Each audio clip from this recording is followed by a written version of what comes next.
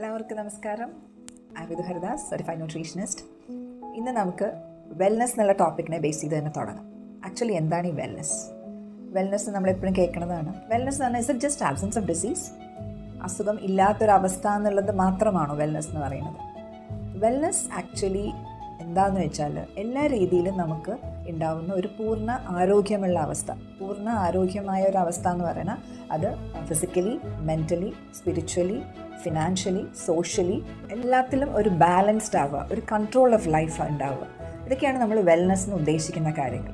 നമുക്കറിയാം നമ്മൾ എത്ര പേര് ഫുൾ ആയിട്ട് ഒരു വെൽനെസ് എന്നുള്ള കൺസെപ്റ്റിനകത്താണ്, അല്ലെങ്കിൽ വെൽനെസ് എന്നുള്ള കൺസെപ്റ്റ് നമ്മുടെ ലൈഫിൽ എത്രത്തോളം അതിന് പ്രാധാന്യമുണ്ട്, എത്രത്തോളം പെർസെൻറ്റേജ് നമ്മൾ വെൽനെസ്സിലാണ്.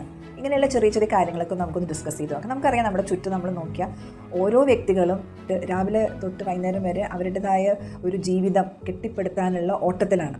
നമ്മൾ ചുറ്റും നോക്കി എല്ലാവരും തിരക്കില്ല, എല്ലാവരും പല പല രീതിയിലുള്ള കാര്യങ്ങളിൽ ബിസിയാണ്. ഇവരെല്ലാവരും ശരിയായ ഒരു വെൽനെസ് ഫോളോ ചെയ്യുന്നുണ്ട്.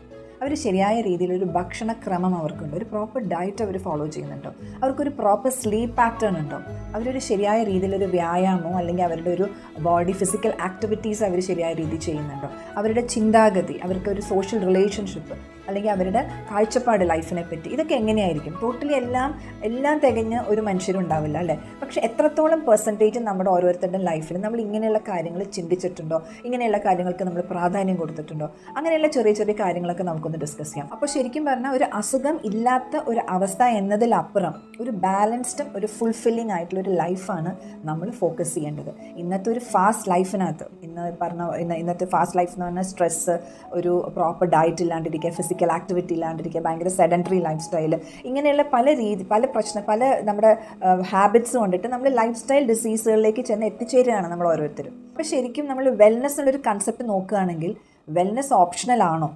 വെൽനെസ് ഒരിക്കലും ഇപ്പോൾ ഓപ്ഷണൽ അല്ല അല്ലേ? അതൊരു എസെൻഷ്യൽ പാർട്ട് ഓഫ് ലൈഫായിട്ട് മാറിയേക്കുക. എസെൻഷ്യൽ ഫോർ സർവൈവലാണ്. നമ്മുടെ നല്ല രീതിയിൽ നമ്മൾ ജീവിക്കണമെങ്കിൽ അല്ലെങ്കിൽ നമുക്ക് ഇന്ന് നമുക്ക് നിലനിന്ന് പോകണമെങ്കിൽ പോലും വെൽനെസ് എന്നൊരു കൺസെപ്റ്റിനെ പറ്റി നമ്മൾ ബോധവാൻ ആവണം.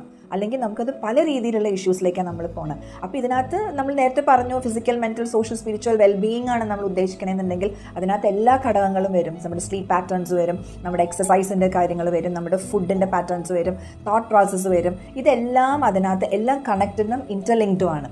അപ്പോൾ ഇന്ന് ടെക്നോളജീസ് വളർന്നു, നല്ല രീതിയിൽ നമുക്ക് നോക്കിക്കഴിഞ്ഞാൽ ഹോസ്പിറ്റൽ ഫെസിലിറ്റീസൊക്കെ നമുക്ക് നല്ലോണം ഉണ്ട്. എല്ലാ രീതിയിലും നമ്മൾ വെൽ എക്വിപ്ഡ് ആണ്. നമുക്ക് എന്തെങ്കിലും ഒരു ആവശ്യം വന്നു കഴിഞ്ഞാൽ ഇത്രയൊക്കെ ഫെസിലിറ്റീസും ഇത്രയൊക്കെ ഡെവലപ്മെൻറ്റും ഇതൊക്കെ ഉണ്ടായിട്ട് പോലും എന്തുകൊണ്ടിട്ട് മനുഷ്യൻ്റെ അസുഖത്തിൻ്റെ ഗ്രാഫ് കൂടിക്കൊണ്ടിരിക്കുന്നു, ആരോഗ്യത്തിൻ്റെ ഗ്രാഫ് താഴത്തേക്ക് വന്നുകൊണ്ടിരിക്കുന്നു.